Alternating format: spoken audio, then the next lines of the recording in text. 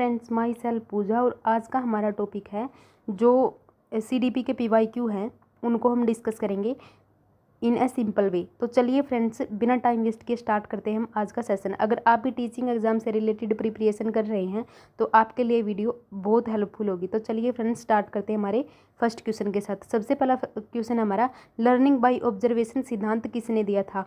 Who gave the theory of learning by observation? Skinner ने, Bandura, Thorndike, Pavlov? तो हमारा right option है Bandura.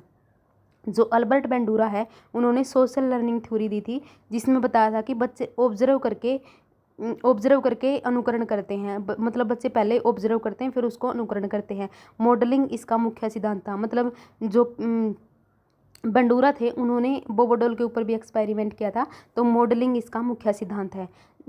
Modelling है जो एक क्वेश्चन भी आता है कि मॉडलिंग का कंसेप्ट किसने दिया, तो वो है दिया है बेंडूरा ने। उन्होंने बोबोडोल के ऊपर एक्सपेरिमेंट किया था। अगला हमारा क्वेश्चन है क्वेश्चन नंबर 2, री इन्फोर्समेंट का अर्थ क्या है? व्हाट डज री इन्फोर्समेंट मीन?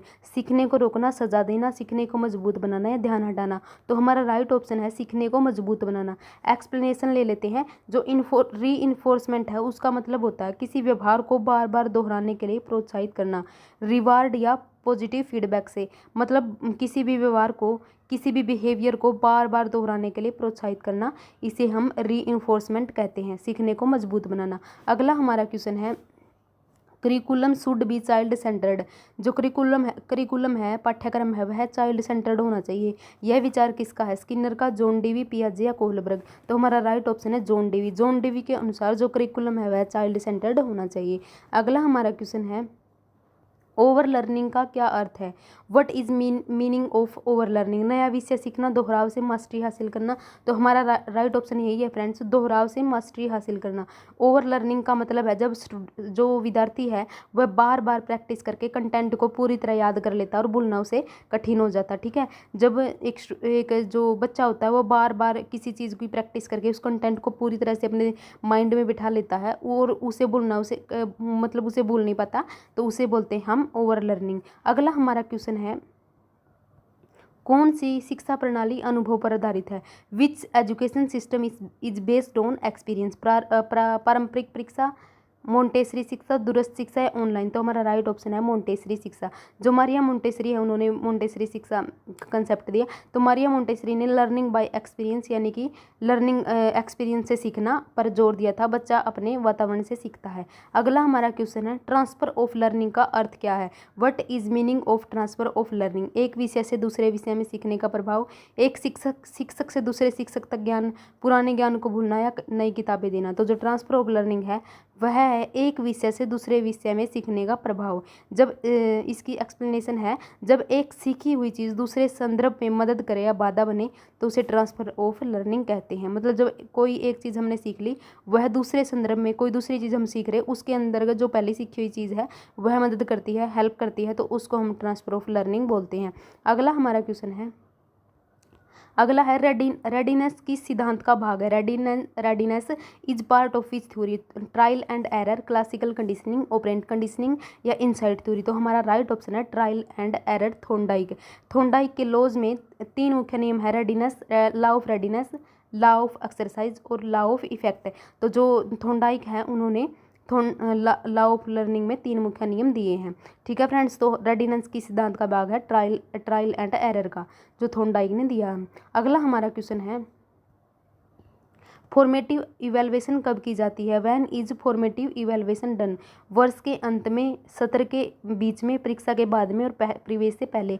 तो हमारा राइट ऑप्शन है सत्र के बीच में। जब हम क्लास लेते समय या मतलब बच्चों का वीकली टेस्ट लेते हैं, बच्चों को क्लास के बाद कोई टॉपिक करा दिया उसके बाद वो पूछते हैं, तो उसको फॉर्मेटिव इवैल्यूएशन बोलते हैं। मतलब लर्निंग प्रोसेस के दौरान हो, ताकि मतलब इम्प्रूवमेंट, अगर बच्चे को किसी टॉपिक में मतलब कठिनाई है तो वो उसको वहीं पर टीचर सोल्व कर दे, तो इसको फॉर्मेटिव इवैल्यूएशन बोलते हैं, मतलब सत्र के बीच में ही।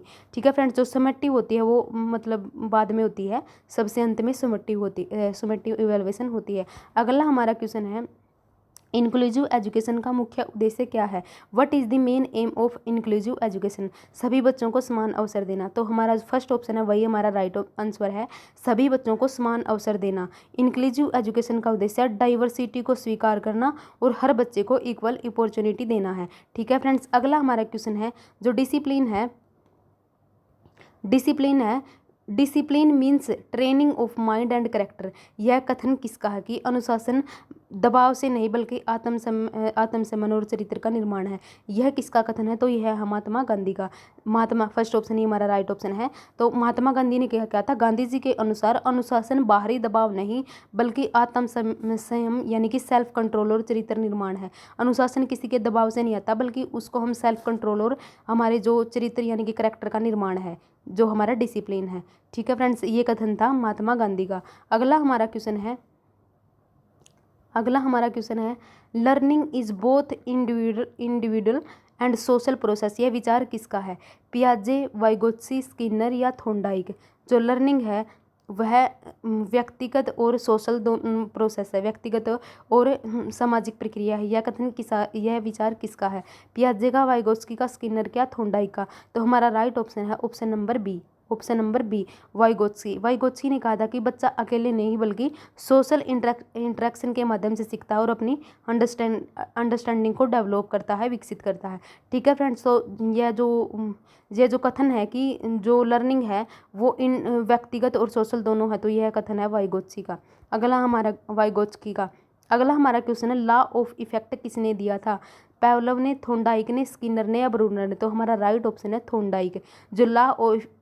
जो प्रभाव का नियम है लॉ ऑफ इफेक्ट वह दिया था थॉर्नडाइक ने। थॉर्नडाइक के अनुसार जो सुगध परिणाम यानी कि रिवार्ड वाले व्यवहार दोहराए जाते हैं और असुगध परिणाम वाले कम किए जाते हैं।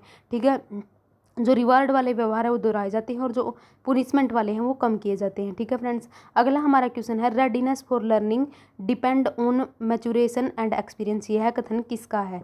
ठीक है, readiness for learning depend on maturation and experience. यह कथन किसका है? पियाजे का, ब्रूनर का, वाइगोत्स्की का या कोहलबर्ग का? तो जो हमारा राइट ऑप्शन है वह है जीन पियाजे। जीन पियाजे ने कहा था कि बच्चों को सिखाने के लिए पहले उसकी मानसिक तैयारी होनी चाहिए। ठीक है, मतलब मैचुरेशन होनी चाहिए, मानसिक तैयारी। जब तक बच्चा मन से तैयार नहीं होगा तब तक उसको सिखाया नहीं जा सकता।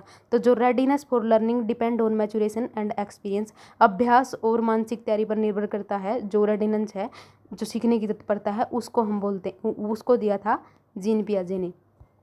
अगला हमारा क्वेश्चन है डिस्कवरी लर्निंग का संबंध किससे है? Discovery learning is related to whom? Bruner, पियाजे, स्किनर या थॉर्नडाइक? तो हमारा राइट ऑप्शन है डिस्कवरी लर्निंग है ब्रूनर से रिलेटेड। जेरोम ब्रूनर ने कहा था कि स्टूडेंट है जो खुद डिस्कवर करे तभी लर्निंग मीनिंगफुल होगी। तो जो ब्रूनर है उन्होंने डिस्कवरी लर्निंग का कंसेप्ट दिया था। तो हमारा राइट ऑप्शन है ब्रूनर। अगला हमारा क्वेश्चन है हायरार्की ऑफ नीड्स किससे संबंधित है? तो जो हमारा राइट ऑप्शन है फर्स्ट वही है मैस्लो। अब्राहम मैस्लो ने मानव की आवश्यकताओं को 5 सत्रों में बांटा था, जिसमें साइकोलॉजिकल से सेल्फ एक्चुअलाइजेशन तक है। ठीक है फ्रेंड्स, तो इब्राहिम मैस्लो ने हायरार्की ऑफ नीड्स का कंसेप्ट दिया है। इसमें उन्होंने 5 स्टेजेस दी हैं। तो हमारा राइट ऑप्शन है ऑप्शन नंबर ए मैस्लो। हमारा अगला क्वेश्चन है शिक्षा में फीडबैक का मुख्य कार्य क्या है? जो शिक्षा है उसमें फीडबैक का मुख्य कार्य क्या है? What is the main function of feedback in education? भ्रम बढ़ाना, त्रुटि का सुधार, अंक देना या कार्य समाप्त करना? तो जो हमारा राइट ऑप्शन है वह ऑप्शन नंबर बी त्रुटि सुधार। फीडबैक से टीचर जान पाता है कि छात्र कहाँ गलत है और कहाँ सुधार की ज़रूरत है। तो जो फीडबैक है वो त्रुटि को, गलतियों को सुधारता है। अगला हमारा क्वेश्चन है सीखने की सर्वश्रेष्ठ स्थिति कौन सी है? What is the best condition for learning? तनावपूर्ण परिस्थिति, रुचिपूर्ण परिस्थिति, थकावट या भय? तो जो हमारा राइट ऑप्शन है वह ऑप्शन नंबर बी। जो सीखने की सर्वश्रेष्ठ स्थिति है वह रुचिपूर्ण परिस्थिति। जब विद्यार्थी इंटरेस्टेड होते हैं तो अटेंशन और लर्निंग दोनों बेहतर होती हैं। ठीक है, तो जो हमारी ऑप्शन नंबर बी है रुचिपूर्ण परिस्थिति, उसके अंदर सीखने की सबसे बेस्ट स्टेजेस है रुचिपूर्ण परिस्थिति। अगला हमारा क्वेश्चन है जो क्युमुलेटिव रिकॉर्ड कार्ड यानी कि CRC उसका उद्देश्य क्या है? केवल अंक रखना, छात्र का संपूर्ण विकास दर्ज करना, परीक्षा के नतीजे दिखाना या रिपोर्ट कार्ड देना। तो हमारा राइट ऑप्शन है छात्र का संपूर्ण विकास दर्ज करना। जो CRSE है कुमुलेटिव रिकॉर्ड कार्ड, उसका जो उद्देश्य है वह छात्र का संपूर्ण विकास दर्ज करना। तो CRSE में स्टूडेंट के एकेडमिक, सोशल और इमोशनल डेवलपमेंट का रिकॉर्ड रखा जाता है।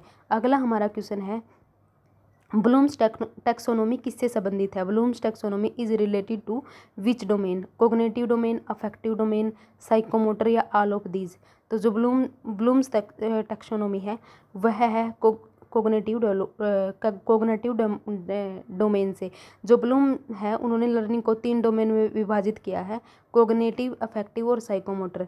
तो ब्लूम्स टैक्सोनॉमी किसे संबंधित है? तो जो हमारा राइट ऑप्शन है फ्रेंड्स वो होगा ऑल ऑफ दीज, क्योंकि उन्होंने कोग्निटिव, अफेक्टिव और साइकोमोटर तीनों स्टेजेस दी हैं।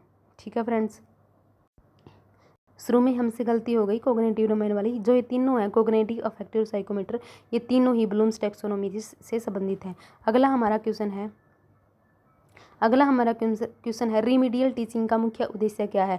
What is the main M of remedial teaching? अग्रणी छात्रों को अधिक सिखाना, कमजोर छात्रों की कमियों को दूर करना, कक्षा का समापन या अभिभावकों को संतुष्ट करना। तो हमारा राइट ऑप्शन है ऑप्शन नंबर बी, कमजोर छात्रों की कमियों को दूर करना।